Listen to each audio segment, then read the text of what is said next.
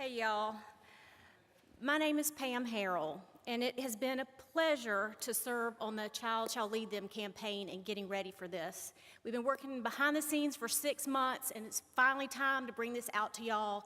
And so I just wanted to make a few things crystal clear. Each one of you should have received a package in the mail that looks like this. If you're anything like me, it is in a pile on the counter underneath some bills and magazines, yeah. But inside, you're gonna find a document that looks like this. And the top says our logo, our slogan is, "A child shall lead them." Now, we chose this theme because it conveys the importance of teaching a new generation of Christians to be leaders in our faith. And we also chose the theme of lead because LMPC is going to be in a better position to serve our community through this. Now, inside you will see that there's a whole lot more to this than children's buildings. Our church offices are going to be moved central to campus.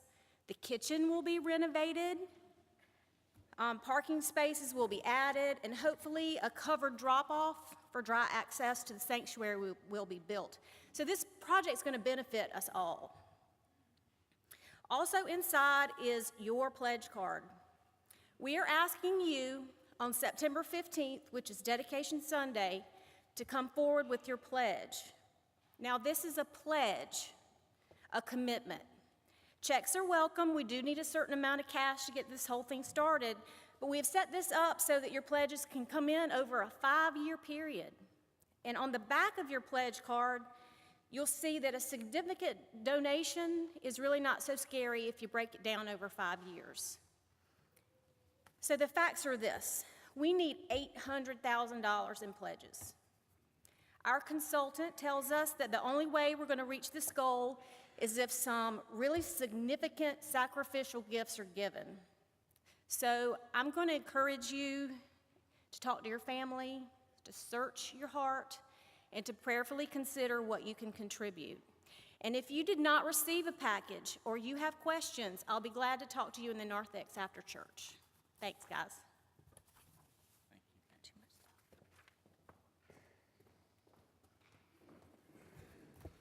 Good morning. This is it, I promise, the Minute for Missions.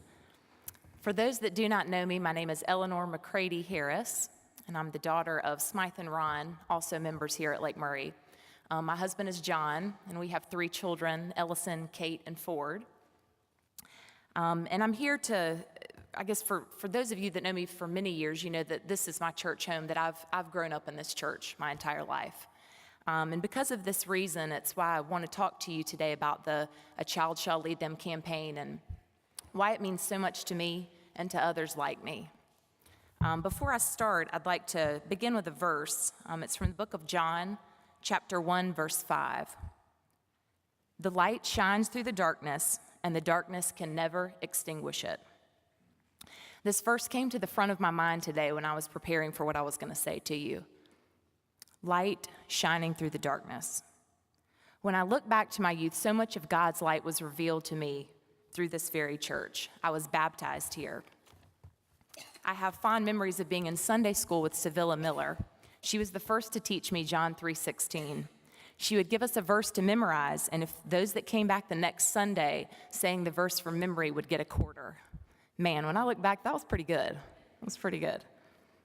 Light shining through the darkness.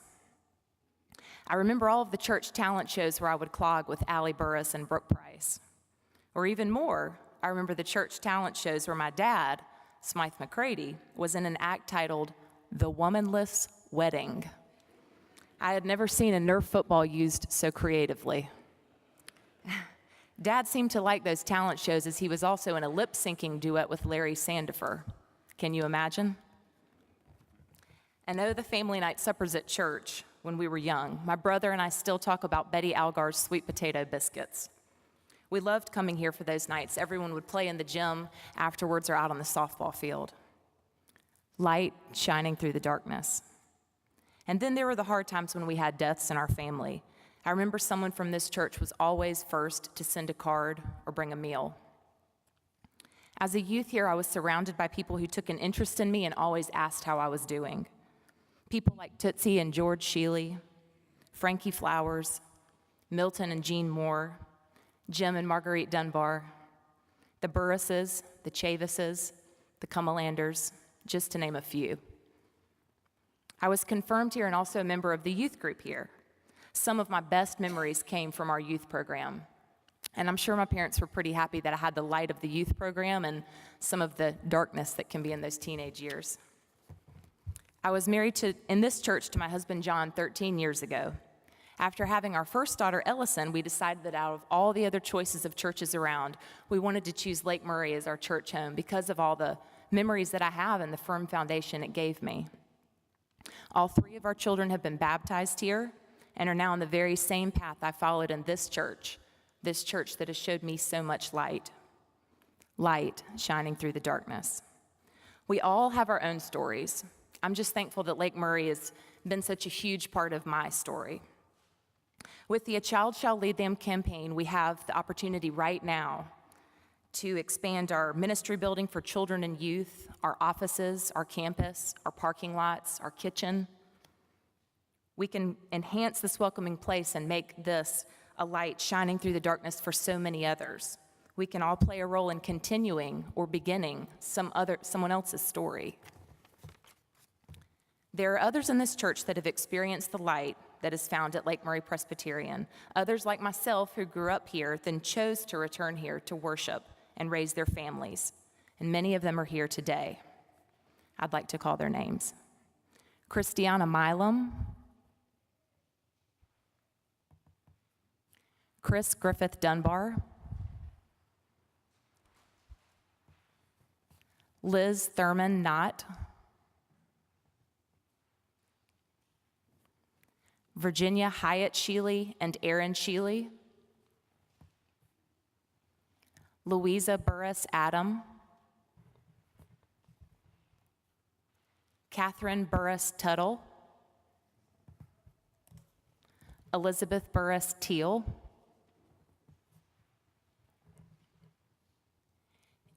Emily Edwards Berry and Jordan Berry, who I learned while doing this were in the same confirmation class together here and are now married. Josh Edwards, Alex Rogers, Pam Harrell and Trey Harrell, Trip Chavis,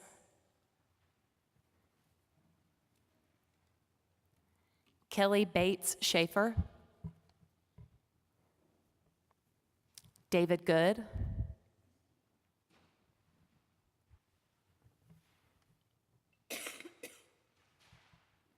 Robert Brabham, the family of Jason White, the family of Scotty Matthias, and I don't know if she's here today. She has a new baby, Nikki Dunbar Brown. Okay, she has an 8-week-old, I understand. Now, along with those standing, if you are a parent or grandparent of any of these returning members standing, will you please also stand so we can acknowledge this legacy? As you can see, there are many of us. These are just the returning childhood members that could even be here today. There are more. Thank you. You can sit down. I'll end today with an excerpt from the book Fahrenheit 451 and a few questions. It doesn't matter what you do, so long as you change something from the way it was before you touched it into something that's like you after you take your hands away. The difference between the man who just cuts lawns and a real gardener is in the touching.